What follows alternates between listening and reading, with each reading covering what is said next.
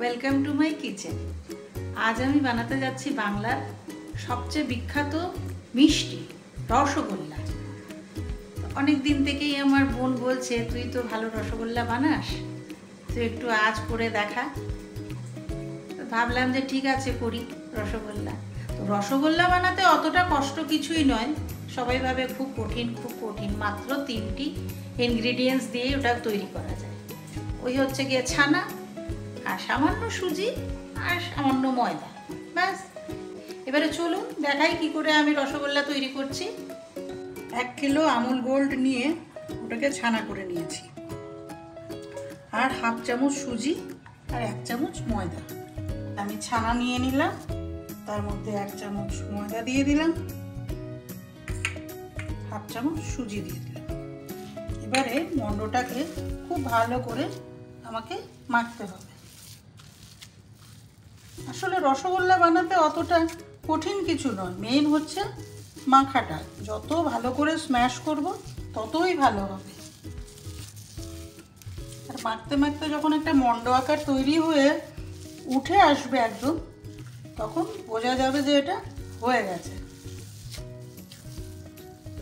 আমি প্রথমবার যখন রসগোল্লা তৈরি করেছিলাম তখন সেভাবে রসগোল্লাটা ফোলেনি, ভেতরটা একটু জমা জমা হয়ে থাকতো।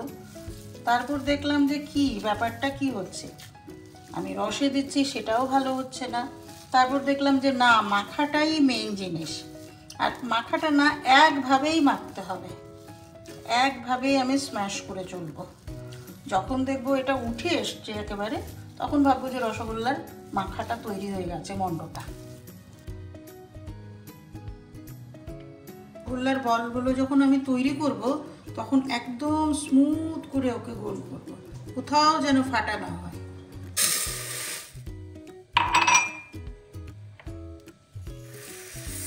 2 কাপ চিনি আর 4 কাপ জল।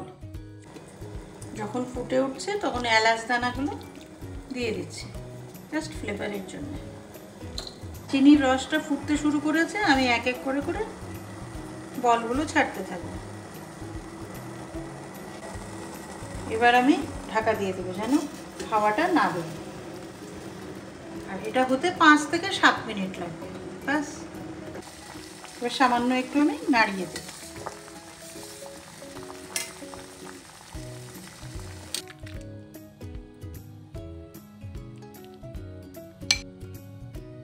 এই দেখুন, একটা কেটে দেখালাম রসগোল্লা।